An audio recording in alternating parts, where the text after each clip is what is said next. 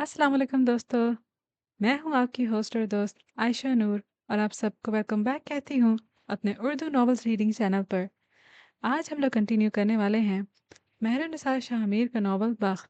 लेकिन आज के एपिसोड से पहले छोटा सा रिमाइंडर कि अगर अभी तक आप लोगों ने मेरे चैनल को सब्सक्राइब नहीं किया तो please do subscribe to my channel, क्योंकि इसी तरह आपको फ्यूचर में भी मेरी वीडियोज़ की अपडेट्स मिलती रहेंगी। तो आइए शुरू करते हैं आज की episode of Bakht. Mehrama trolley में चाय और नाश्ते का सामान लिए यूसुफ सुल्तान के कमरे में जा रही थी। उसने सादा सब्ज रंग का लॉन का सूट पहन रखा था। भूरी आंखें हल्की सुर्ख थीं, शायद नींद न पूरी होने की वजह से।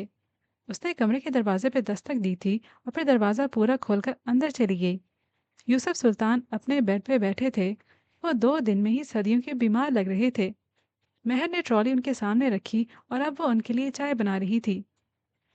महर, मेरी हाले कहाँ है? कुछ पता करो उसका। कोई ले आओ उसको। मैंने रात महराज को देखा है। वो मेरे ख्वाब में आया था। वो मुझसे बड़ा नाराज था। मेरी हाले की वजह से मैंने उसको निकाल दिया। ये मैंने कैसे किया? खुदा के लिए उसे ले आओ। मैं सारी जिंदगी तुम्हारा एहसान नहीं भूलूंगा। उसे ले आओ। वो महर को देखते रोंदे हुए लहजे में कह रहे थे। चाय बन चुकी थी। महर ने चाय उनके साइड टेबल पे चाय का कप रखा और खुद उनके साथ बेड पे जा बैठी। उनका बूढ़ा हाथ अपने हाथ में लिया। यूसुफ सुल्तान ने झटका नहीं। उसके अंदर तक सरशारी फैल गई। वो उसके लिए सफ़ीर से भी बड़ी नेमत थे। अब्बा, वो चली गई है। मैंने उसको रोका। हसन ने भी रोका, लेकिन वो नहीं रुकी। मैं राज बाबा ने उन्होंने कल हाले का निकाह उस उमर हयात के साथ करवा दिया था। वो अब यहाँ नहीं आएगी। अब्बा, वो बड़ी ज़िद्दी है, बिल्कुल अम्मी की तरह। आप सब्र करें कुछ वक्त तक। सब्र। मैं उसे आपके पास ले आऊंगी। क्योंकि मैं मेहर माँ आपसे सारी दुनिया से ज़्यादा मोहब्बत करती है। मेरे पास सबसे कीमती ताल्लुक आप हैं। मैं आपके लिए कुछ भी कुर्बान कर सकती हूँ। मेरा ख़ानदान, बस आप हैं। मैं उसे ले आऊँगी अब्बा, आपके लिए। वो उनके हाथ पे हाथ रखे यकीन दहानी करवा रही थी। यूसुफ सुल्तान ने उसका हाथ ज़रा सा ऊंचा किया और अपने करीब लाकर चूम लिया। मैं तुम पे भरोसा करता हूँ महर। बस मुझे मेरी हाली ला दो। तुम ला सकती हो। तुम ही ला सकती हो। महरमा चल रह गई, बिल्कुल साकिन। उसने अपना सांस तक रोक लिया था। अब्बा ने मुझसे ये कहा। वो इतनी हल्की आवाज में बोली थी कि मुश्किल खुद सुन पाए। महर, तुम बताओ ना बेटा, वो कैसी है? ठीक तो है ना? कल तुम मुझसे मिली थी ना? उनकी आवाज बेताब थी। अब्बा, वो जल्दी नॉर्मल हो जाएगी।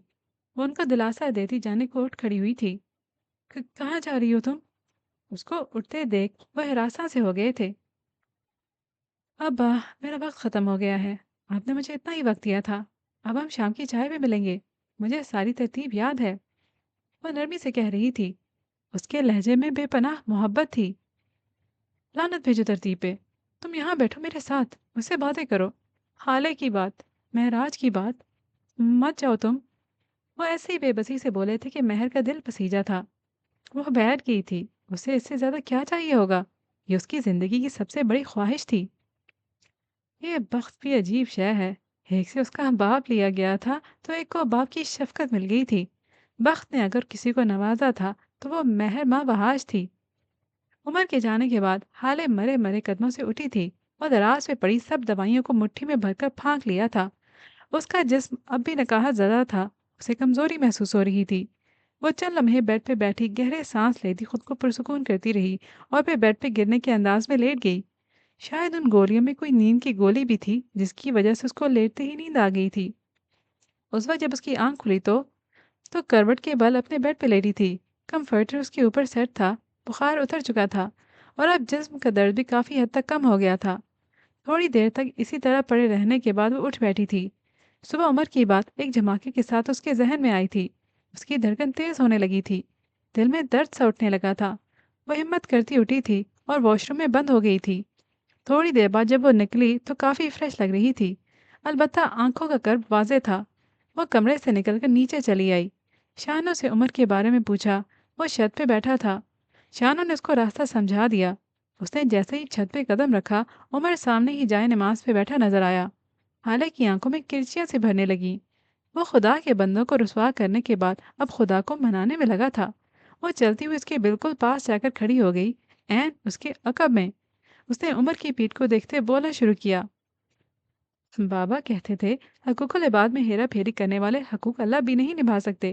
اللہ سے محبت کرنے کے لیے ضروری ہے کہ اس کی مخلوق سے محبت کرو، ان کے حق نہ کھاؤ، ان پہ ظلم نہ کرو، اس کی بنائی ہوئی چیزوں سے محبت کرو، جن سے وہ محبت کرتا ہے ان سے محبت کرو۔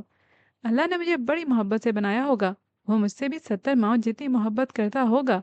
تم میرے ساتھ ظلم کر کے اب اللہ کے آگے کیسے خود کو کلیئر کرنے کے لیے آئے ہو؟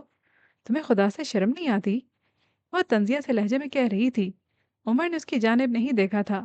اس کی نظریں ڈوبتے سورج اور نارنجی سے سیاہ ہوتے آسمان پہ جمی تھیں۔ میری اماں کہتی ہیں اللہ کے ساتھ اپنا معاملہ ہمیشہ درست رکھو۔ بندوں کا کیا ہے، شکوہ شکایت کرنا ان کا کام ہے۔ حقوق العباد کبھی نہ کبھی ٹھیک ہو جاتے ہیں یا کر لیے جاتے ہیں۔ حقوق اللہ نہ خراب ہو کسی بھی نفرت یا محبت کی وجہ سے۔ جو اللہ 70 ماؤں سے زیادہ محبت کرتا ہے وہ بندوں کے دل آپ کے لیے نرم کر ہی دے گا، ان سے آپ کے معاملات درست کروا ہی دے گا، آپ کے دل سے بھی مہرے ہٹا دے گا۔ بس شرط یہ ہے کہ اس کو نہ چھوڑو، اس سے تعلق جوڑے رکھو، درد میں، مصیبت میں، غم میں، خوشی میں، ہمیشہ۔ اور بات اگر شرم کی ہے تو اماں کہتی ہیں اللہ سے کچھ بھی کہنے میں شرم نہ محسوس کرو، اس سے کہہ دو جو دل میں ہے، جو دماغ میں ہے سب کہہ دو۔ وہ خدا ہے، اسے ہمارے بات کرنے کی ضرورت نہیں ہے، ہمیں ہے۔ اگر حل چاہیے تو اسے بات کرو بغیر شرمائے، بغیر جھجکے، اسے مدد مانگو، اسے پکارو۔ حقوق اللہ میں کوتاہی نہ کرو، حقوق العباد خود بخود درست ہونے لگیں گے، کیونکہ جو خدا کے سامنے جھکتا ہے، اس سے محبت کرتا ہے، اس سے ڈرتا ہے، وہ اس کے بندوں کے ساتھ غلط کر ہی نہیں سکتا۔ اللہ اس کا دل خود ہی نرم کر دیتا ہے، بالکل چڑیوں کی طرح۔ آپ مجھے تمہاری باتوں سے کوئی سروکار نہیں عمر، ادھر دیکھو مجھے، میں اپنے قدموں پہ کھڑی ہوں، مجھے بتاؤ میرے باپ کے ساتھ کیا ہوا ہے؟ آخر میں اس کی آواز کانپی تھی۔ اپنے والدین کی بیماری یا موت کے بارے میں بات کرنا کسی بھی اولاد کے لیے سب سے مشکل کام ہوتا ہے۔ وہ خاموشی سے اٹھا تھا، نماز طے کی تھی اور نیچے چلا گیا تھا۔ تھوڑی دیر بعد جب وہ واپس آیا تو اس کے ہاتھ میں ایک لیپ ٹاپ اور USB تھی۔ وہ وہیں چھت پہ پڑے ایک میٹ پہ بیٹھ گیا تھا۔ خالے کو اشارے سے بیٹھنے کا اشارہ کیا تھا۔ وہ مارے بندھے اسے ذرا فاصلے پہ بیٹھ گئی تھی۔ وہ واقعی اپنے خاندان کے آدمی کو وہاں اکیلا چھوڑ کر نہیں آیا تھا، وہ کسی ایسے کو چھوڑ کر آیا تھا جو کبھی جھوٹ نہیں بولتا، جو چاہ کر بھی جھوٹ نہیں بول سکتا تھا، جس کی وفاداری غیر مشروط تھی۔ اس نے وہاں کیمرہ چھوڑا تھا، اس نے وہاں مشین چھوڑی تھی۔ انسان جھوٹ بول سکتے تھے، مشین نہیں۔ عمر نے USB کنیکٹ کی تھی۔ فائلز پہ کلک کر کے اس نے USB میں موجود واحد ویڈیو پہ پلے کا بٹن دبایا تھا۔ لیپ ٹاپ کی اسکرین پہ ایک منظر ابھرا تھا۔ مہراج سلطان تکیوں سے ٹیک لگائے نیم دراز تھے۔ حالے نے بے اختیار اپنے دل پہ ہاتھ رکھا تھا۔ وہ اب کبھی ان کو اس طرح نہیں دیکھ پائے گی۔ اس کا دل ڈوب کر ابھرا تھا۔ اسی وقت ہسپتال کے اس پرتعیش وارڈ میں شمس سلطان داخل ہوئے۔ ان کے ہاتھ میں ایک آسمانی رنگ کی موٹی فائل تھی۔ ویڈیو کلیئر تھی، اس ویڈیو سے ابھرتی آوازیں کلیئر تھیں، کانوں میں پگھلا سیسا ڈالتی آوازیں، روح کھینچتے منظر، سب کلیئر تھے۔ حالے بغیر پلکے جھپکے سانس روکے اس منظر کو دیکھے گئی۔ وہ معراج سلطان کے پاس رکھے صوفے پہ بیٹھ گئے تھے۔ عمر نے کچھ مناظر سکپ کیے تھے۔ اب اس نے دوبارہ ویڈیو کو چند منٹ آگے سے شروع کیا تھا۔ شمس سلطان اب کہہ رہے تھے، بھائی جان میں آپ سے ایک بات کرنا چاہتا ہوں۔ جانتا ہوں صحیح وقت نہیں ہے، لیکن بہرحال کرنا تو ہے ہی۔ کاروبار کو ڈیلے نہیں کیا جا سکتا۔ اصل میں بات یہ ہے کہ مجھے کچھ پیسے چاہیے، میں کہیں انویسٹ کرنا چاہتا ہوں اور مجھے آپ کی مدد چاہیے۔ میں کیا کر سکتا ہوں شمس؟ تمہارے پاس مجھ سے زیادہ پراپرٹی ہے۔ میرے پاس تو بس ایک گھر ہے اور ایک دو پلاٹس۔ گھر میں حالے کے نام کر چکا ہوں اور دونوں پلاٹس حسن کی پڑھائی اور شادی کے لیے ہیں۔ وہ میرے بچوں کی سیفٹی ہے۔ تم مجھ سے کیا چاہتے ہو؟ ان کا لہجہ سنجیدہ تھا۔ شمس مسکرائے تھے، آپ بھول رہے ہیں بھائی جان، آپ کے پاس ہیون ہے۔ اب بھی لوگ اس کو مارکیٹ پرائس سے ڈبل پرائس پہ خریدنے کو تیار ہیں، اور وہ اسپتال اور ہیون کے ساتھ والی زمین، آپ یہ سب کیسے بھول گئے بھائی؟ اگر ان سب میں سے کوئی ایک جگہ بھی بیچ دی جائے تو ہمیں کروڑوں کا فائدہ ہو سکتا ہے۔ آپ میرے ساتھ مل جائیں بھائی، پھر دیکھیے گا ہمارا کاروبار کہاں سے کہاں پہنچ جائے گا۔ مہراج سلطان سیدھے ہو کر بیٹھ گئے تھے۔ کس نے کہا اب وہ کاروبار ہمارا ہے؟ ان کی ٹھنڈی آواز نے جیسے شمس کو برف کر دیا تھا۔ جس دن میں یہاں سے باہر آؤں گا میں تمہاری کمپنی سے اپنے شیئرز نکال لوں گا، میں اپنا 25% لے لوں گا، کیونکہ اب میں مزید تمہارے ساتھ کوئی کاروبار نہیں کرنا چاہتا۔ جو لوگ میری اولاد کے نہ ہو سکے وہ میرے کیا ہوں گے؟ تم لوگوں نے میرے بچوں پہ ہاتھ اٹھایا ہے، وہ بھی تب جب میں صرف ہسپتال میں ایڈمٹ تھا۔ اگر میں مر گیا تم لوگ تو میرے بچوں کی بوٹیاں نوچ لو گے شمس۔ میں اب سلطان منزل بھی واپس نہیں آؤں گا۔ میں اپنے بیوی اور بچوں کے ساتھ کہیں اور شفٹ ہو رہا ہوں۔ تمہارے اور میرے راستے آج کے بعد علیحدہ ہیں۔ نہیں بھائی، آپ ایسا نہیں کر سکتے۔ اس وقت اگر آپ نے اپنے شیئرز نکال لیے تو میں برباد ہو جاؤں گا۔ میں آپ کو ہرگز ایسا نہیں کرنے دوں گا۔ میں آپ کا بھائی ہوں۔ آپ میرے ساتھ ایسا نہیں کر سکتے۔ وہ مارے بوکھلاہٹ کے یہاں سے وہاں چکر لگانے لگے تھے۔ ٹھیک ہے، میں تمہیں وقت دیتا ہوں، تم اسٹیبل ہو جاؤ۔ میں بھائی ہوں تمہارا، تمہیں برباد ہوتا نہیں دیکھ سکتا، لیکن تمہارے پاس بس 6 مہینے ہیں۔ اس کے بعد میرا تمہارا کاروبار سے کوئی تعلق نہیں ہوگا، اور اگر تمہیں پیسوں کی ضرورت ہے تو تم میرا ایک پلاٹ بیچ دو، اور جب تم اسٹیبل ہو جاؤ تب واپس کر دینا۔ وہ سہولت سے کہہ رہے تھے۔ مجھے آپ کا پلاٹ نہیں چاہیے، مجھے ہیون چاہیے۔ آپ کو یہ بات کیوں سمجھ نہیں آتی؟ حالے میرے گھر آتی تو ہیون مجھے مل جاتا، لیکن آپ کی بد کردار بیٹی سے یہ برداشت نہ ہوا اور بھاگ کھڑی ہوئی۔ لیکن اب آپ کو میرا کام کرنا ہوگا۔ ہیون مجھے دینا ہوگا بھائی۔ اگر میں آپ کے بچوں پہ ہاتھ اٹھا سکتا ہوں تو انہیں جان سے بھی مار سکتا ہوں۔ اگر اپنے بچوں کو بچانا چاہتے ہیں تو خاموشی سے ہیون کو میرے نام کر دیں بھائی۔ آپ کے لیے اور آپ کے خاندان کے لیے یہی بہتر ہوگا۔ وہ تیش سے چلا رہے تھے، جبکہ معراج ٹھنڈی اور پرسکون نظروں سے ان کو دیکھ رہے تھے۔ تم میرے بچوں کو مارنے کی بات کر رہے ہو شمس؟ کچھ دیر قبل تو تم یہ کہہ رہے تھے کہ تم میرے بھائی ہو۔ ان کے لہجے میں افسوس تھا۔ شمس کی آنکھوں کا تاثر ایک دم بدلا تھا۔ اب ان آنکھوں میں بے حسی اور سرد مہری تھی۔ ترک کہاوت ہے، جب کوئی کہے میں تمہارا بھائی ہوں تو پوچھ لینا ہابیل یا کابیل۔ میں کابیل بن گیا ہوں بھائی۔ آپ نے بنا دیا ہے۔ ہمیشہ آپ سے برتری کی خواہش کو دل میں دبا کر رکھا، لیکن آج نہیں۔ ہمیشہ آپ کی کامیابی کو اپنی کامیابی سمجھا، لیکن اب نہیں۔ اب آپ کو میرے لیے کچھ کرنا ہوگا بھائی۔ ساری زندگی میں کیوں قربانی دوں؟ کبھی میں راج سلطان کیوں قربانی نہ دے؟ ہمیشہ میں ہی کیوں ناکام رہوں؟ کبھی آپ کیوں ناکامی کا منہ نہ دیکھیں؟ میں آپ سے بہت محبت کرتا ہوں بھائی، لیکن اب اور نہیں۔ اب آپ کو میرے لیے کچھ کرنا چاہیے۔ آپ آدھے مر چکے ہیں۔ اب آپ کو پورا مر جانا چاہیے، یا پھر آپ کے بچوں کو۔ ہاں، ان کو مر جانا چاہیے۔ میں آپ کے بچوں کو مار دوں گا بھائی۔ وہ پاگلوں کی طرح تیز تیز بولتے اس وقت کوئی جنونی لگ رہے تھے۔ میں راج سلطان کے اطمینان میں کوئی فرق نہیں آیا تھا۔ جاؤ شمس، مار دو۔ ایک گولی نہیں، چار چار مارو۔ اگر میرے بچوں کی موت تمہارے ہاتھوں لکھی ہے تو مار دو جا کر، اور اگر ان کی زندگی لکھی ہے تو تم چاہے پورا پسٹل ان پہ خالی کر دو، وہ بچ جائیں گے۔ ان کا بال بھی بقا نہیں ہوگا۔ تم میرے بچوں کی موت سے نہیں ڈرا سکتے۔ میرے پاس دن میں 10 لوگ آتے ہیں، بالکل تمہارے جیسے۔ ایسی دھمکیاں مجھے روز ملتی ہیں۔ تم مجھے نہیں ڈرا سکتے، سو بہتر ہے یہاں سے چلے جاؤ۔ Get last. شمس ہنسنے لگے تھے، زور زور سے یہاں سے وہاں گھومتے وہ ہنستے جاتے تھے۔ آپ نہیں جانتے بھائی میں کیا کیا کر سکتا ہوں۔ میں آپ کے بچوں کو گولی سے نہیں ماروں گا۔ میں حالے اور اس لڑکی کی تصاویر سوشل میڈیا پہ ڈال دوں گا۔ ساری دنیا اس پہ تھو تھو کرے گی۔ اس کی دوستیں، اس کا خاندان، ہر کوئی اس کے کردار کی بات کرے گا۔ وہ باہر جانے سے کترائے گی، اس کی شخصیت مسخ ہو جائے گی۔ آپ کی بیٹی جیتے جی مر جائے گی بھائی۔ ذلت سے بڑی موت کوئی نہیں ہوتی۔ آپ کا بیٹا ہر روز اپنی بہن کو دیکھے گا تو اس کو سب کچھ یاد آئے گا۔ اس کے دوست، اس کا سرکل، ہر کوئی اسے طنزیہ نظروں سے دیکھے گا۔ ہر کوئی اس کی بہن کی بات کرے گا۔ پہلے وہ ڈیفینڈ کرے گا، پھر غصہ کرے گا، اور ایک دن وہ اس سب سے بیزار ہو جائے گا۔ وہ سوشل ہونا چھوڑ دے گا، وہ کالج چھوڑ دے گا، وہ اپنی بہن سے لڑے گا، خود سے منہ چھپائے گا، وہ ڈیمیج ہو جائے گا بھائی۔ اور اس سے بڑی موت کون سی ہوگی؟ وہ ہنسے تھے، زہر خوند ہنسی۔ آپ کو چاہیے کہ ہیون کو خاموشی سے میرے نام کریں۔ بھائی آپ کو چاہیے کہ اب آپ قربانی دیں، یا تو اپنے بچوں کی یا پھر اپنی جائیداد کی، کیونکہ اب شمس سلطان کو کوئی روک نہیں سکتا۔ میں قابل بن گیا ہوں بھائی۔ اب آپ کو فیصلہ کرنا ہوگا کہ آج قابل کے ہاتھوں کس کی موت ہوگی۔ اگر آپ کے بچوں کی نہ ہوئی تو… وہ رکے تھے بس ایک لمحے کو۔ تو آپ کی موت ہوگی۔ بھائی میں آپ کو مار دوں گا، لیکن ہیون نہیں چھوڑوں گا۔ مہراج سلطان نے شاہ کی نظروں سے شمس کو دیکھا تھا۔ میں تمہارا بھائی ہوں شمس، وہ ایک ایک لفظ پہ زور دے کر بولے تھے۔ تم مجھے مار دو گے؟ تم میرے بچوں کو مارو گے؟ تم کیا بن رہے ہو یار؟ کیا ہو گیا ہے تمہیں؟ ہم دونوں کے درمیان ایسا کیا آ گیا ہے؟ تم میرے بھائی ہو شمس، میرا وارث۔ तुम मुझे मारोगे? आओ, मार दो, मुझे फ़र्क नहीं पड़ेगा। लेकिन तुम बर्बाद हो जाओगे।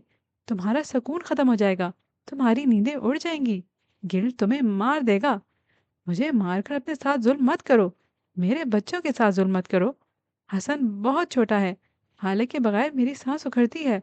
अपने और मेरे साथ ज़ुल्म मत करो, हर ज़ुल्म का बदला देना पड़ता है।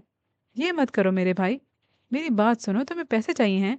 तुम मेरा 25% ले लो। ये मैं मौत के डर से नहीं कह रहा, ये मैं अपने भाई को गुनाह से बचाने के लिए कह रहा हूँ। तुम मेरे प्लॉट्स बेच दो, मेरा घर बेच दो, मैं तुम्हें हेवन भी दे देता, खुदा की कसम मैं दे देता।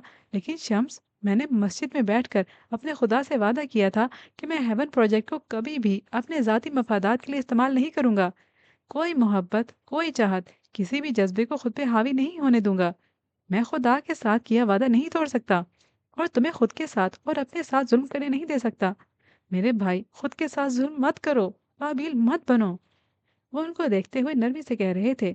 उनके लहजे में भाई के लिए मोहब्बत थी, फिक्र थी, खलूस था। शम्स ने चंद लम्हा उनको सुना था, देखा था, उनकी बातें अपने जहन में जज्ब करने की कोशिश की थी।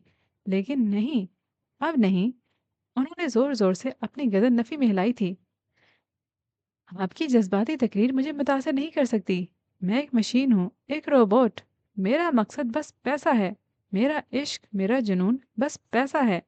ऐसी लफाजियों ने कई साल पहले ही मुझ पे असरअंदाज होना छोड़ दिया था। मेरे सीने में कोई दिल नहीं है जो पिघल जाए। आप मुझे नहीं रोक सकते भाई। आपने हमेशा अपनी इन्हीं बातों की वजह से मुझ पे बर्तरी हासिल की, मुझसे बेहतर पाया। मैंने सब कुछ बर्दाश्त किया। क्या आपको हक पहुंचता था कि आप मुझे हजारों लोगों के बीच में खड़े होकर थप्पड़ मारे? मैं कितने दिन शर्मिंदा रहा, आपको अंदाजा है? आपने मुझसे माफी तक नहीं मांगी भाई। हमेशा, आपने हमेशा मेरे साथ यही किया है। खुद को बेहतरीन साबित किया और मुझे लूजर, मुझे फेलियर। उन्होंने अपनी पेशानी पे आया पसीना साफ किया था। आज नहीं, आपकी बातें आज नहीं सुनूंगा मैं। आपको बस एक काम करना है, बस एक। उन्होंने लपक कर वो आसमानी फाइल उठाई थी और महराज के बिल्कुल सामने जाकर खड़े हो गए थे।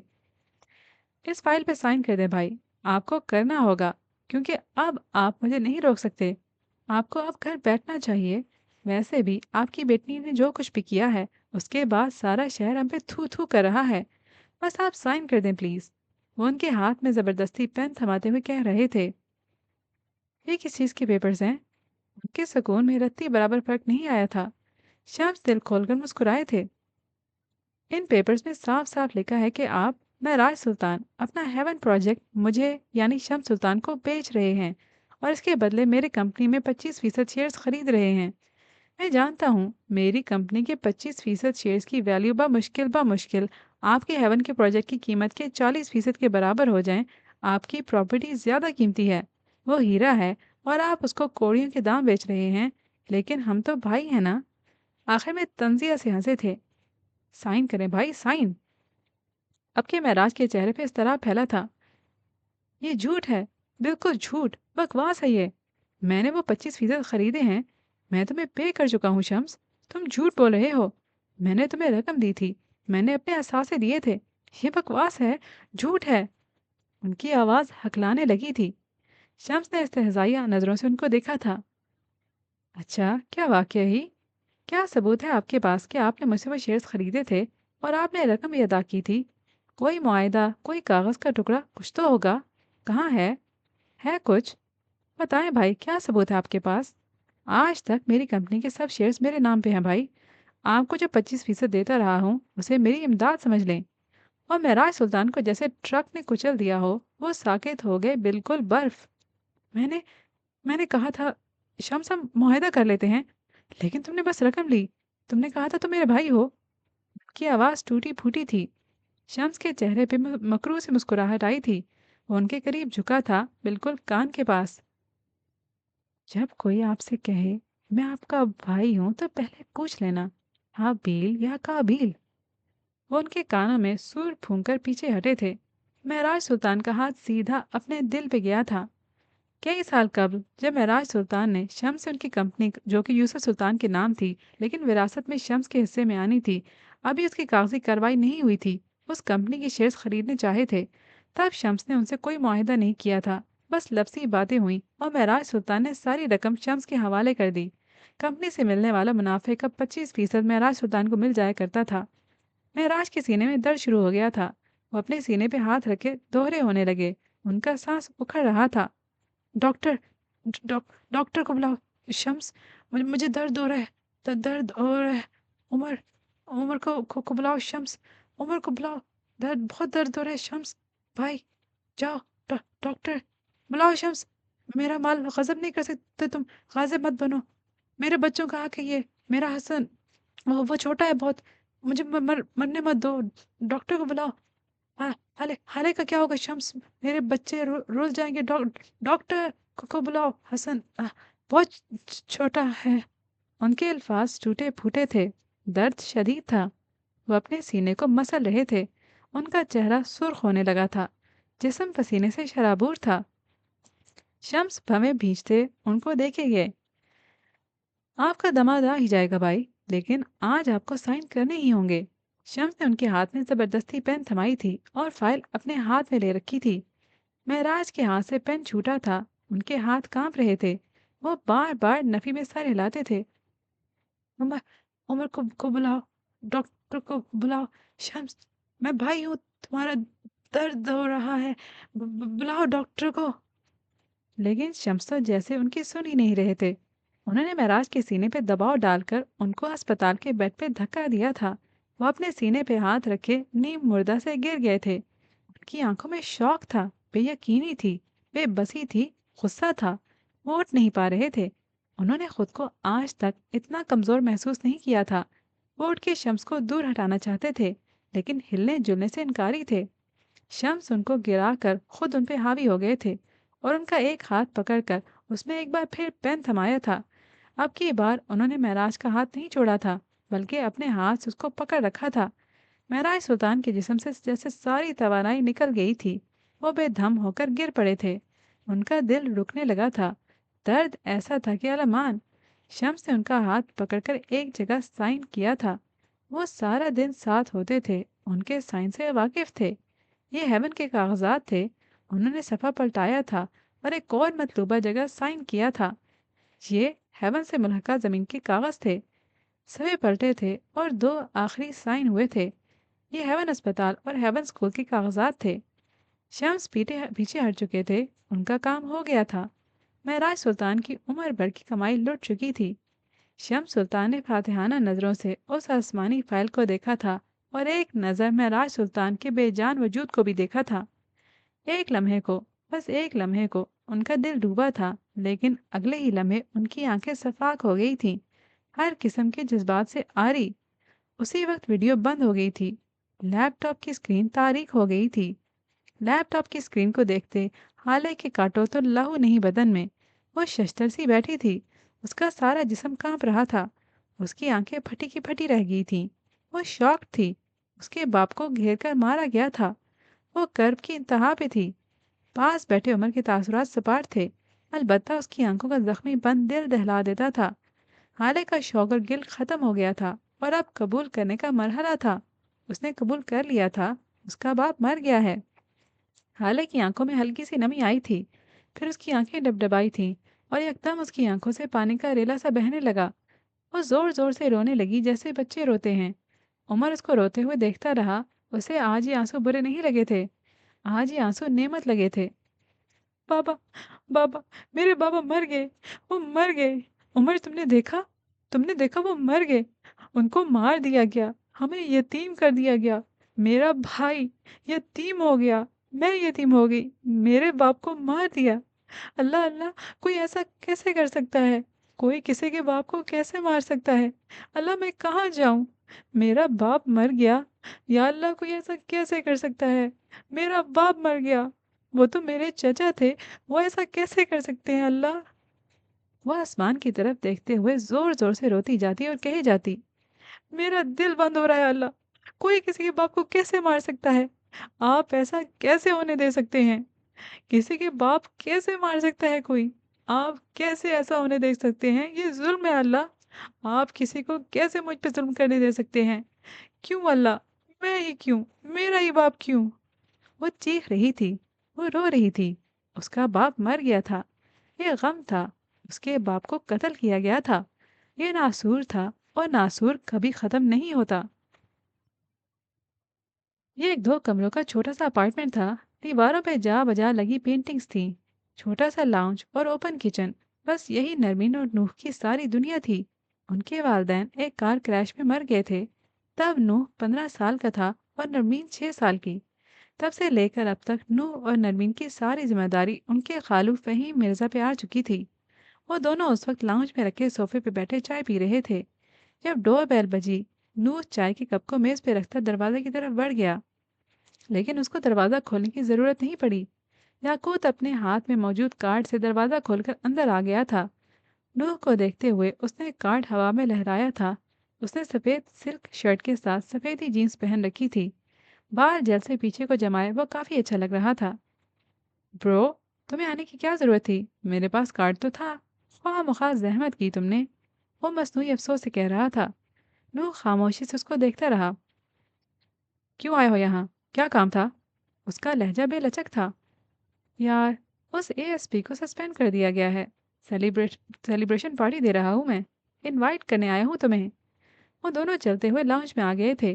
یاقوت ایک صوفے پہ دھب سے گر گیا تھا۔ اس کے ذرا فاصلے پہ نرمین بیٹھی تھی۔ نرمین ایک دبلی پتلی سی صاف رنگت اور سیاہ لمبے بالوں والی خوش شکل سی لڑکی تھی۔ اس کے چہرے میں سب سے زیادہ متاثر کن اس کی سبز آنکھیں تھیں۔ آنکھوں کا یہ رنگ اس کو اپنی ماں سے ملا تھا۔ وہ پکی پٹھان تھیں۔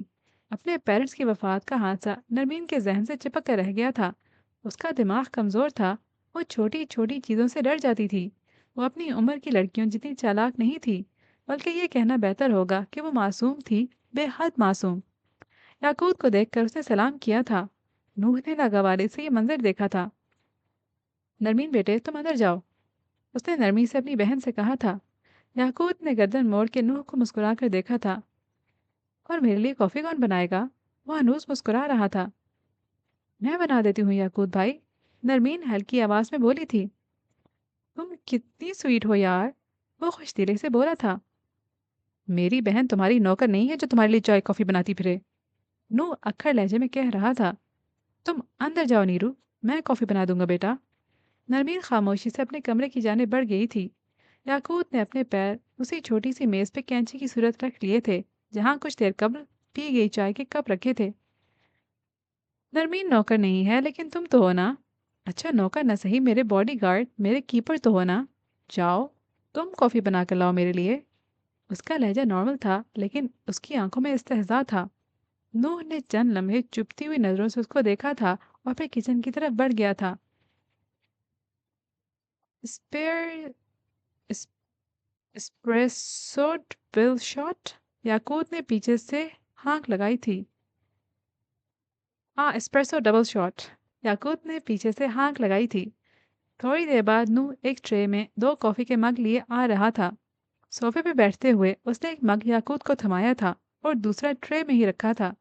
وہ غیر آرام دہ سا بیٹھ گیا۔ واہ یار، کیا بات ہے تمہاری، وہ کافی کا گھونٹ بھرتے ہوئے بولا تھا۔ میں نے اتنی اچھی کافی زندگی میں دوسری بار پی ہے۔ پہلی بار بتاؤں کب پی تھی؟ کب؟ نوح نے بیزاری سے سوال کیا تھا۔ 1 ہفتہ پہلے جب میں ساشا کے ساتھ یہاں تمہارے گھر آیا تھا، تب نیرو نے ہم دونوں کے لیے جو کافی بنائی تھی، اف کیا بات تھی۔ اس کی وہ آنکھیں بند کیے محسوس سا کہہ رہا تھا، جبکہ نوح مرزا کے چہرے کا رنگ یک دم بدلا تھا۔ وہ ایک جھٹکے سے اٹھ کھڑا ہوا تھا۔ تم ساشا کو میرے گھر لائے تھے؟ تمہاری ہمت کیسے ہوئی؟ تم اپنی گرل فرینڈ کو لے کر میرے گھر آئے میری غیر موجودگی میں، میری بہن کی موجودگی میں؟ وہ بچی ہے، معصوم، کیا اثر پڑا ہوگا اس پر؟ تمہاری جرت کیسے ہوئی؟ او خدایا، وہ ساشا کتنی بدزبان ہے، گالی دیے بغیر نہ اس کی بات شروع ہوتی ہے نہ ختم۔ ہر 10 منٹ بعد وہ ایک سگریٹ پیتی ہے۔ تم ایسی لڑکی کو میرے گھر لے آئے، میری بہن کے پاس، کس کی اجازت سے؟ وہ بول نہیں رہا تھا، وہ را رہا تھا۔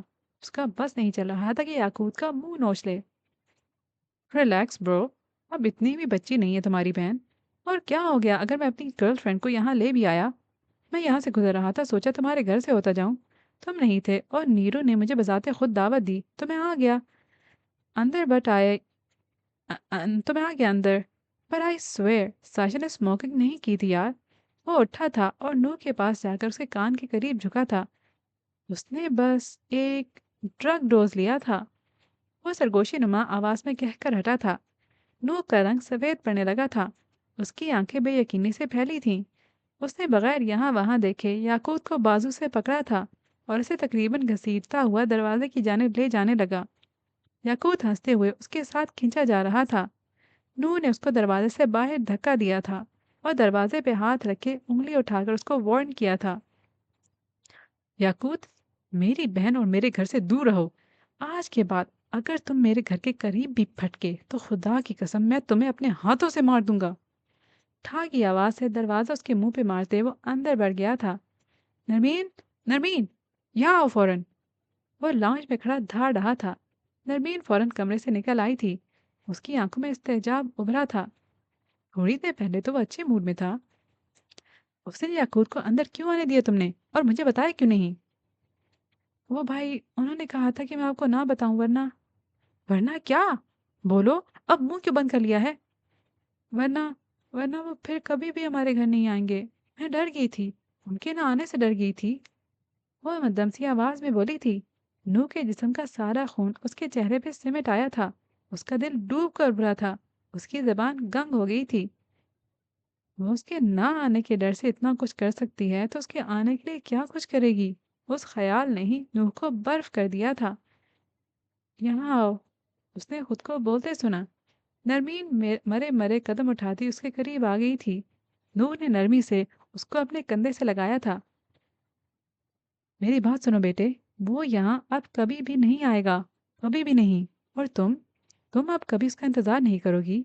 वो अच्छा लड़का नहीं है, तुम उसके बारे में नहीं सोचोगी। वादा करो भाई से। वो नरमी और मोहब्बत से कह रहा था। नरमीन ने मासूमियत से सर हिला दिया था, जबकि नूह ने अब भी लब भींच रखे थे। ओ खुदाया, ये क्या हो गया था? रात की तारीकी हर लम्हा बढ़ती जा रही थी। वो अब तक खुद को उसी छत पे बैठा महसूस कर रही थी। उसका जहन, दिल, आंखें सब वहीं थी। वो अब रो नहीं रही थी। उसका दिल हकीकत कबूल कर चुका था। अब वो गम में थी। अपने कमरे की बालकनी में बैठी वो हर उस लम्हे को याद कर रही थी जो उसने अपने बाप के साथ गुजारा, जो उसने अपने चाचा के साथ गुजारा। वो ज़रा सख्त थे, कभी कभी तल्ख भी हो जाते थे, लेकिन कत्ल, वो अपने ही भाई का कत्ल कैसे कर सकते थे? उसे रह रहकर तकलीफ उठ रही थी।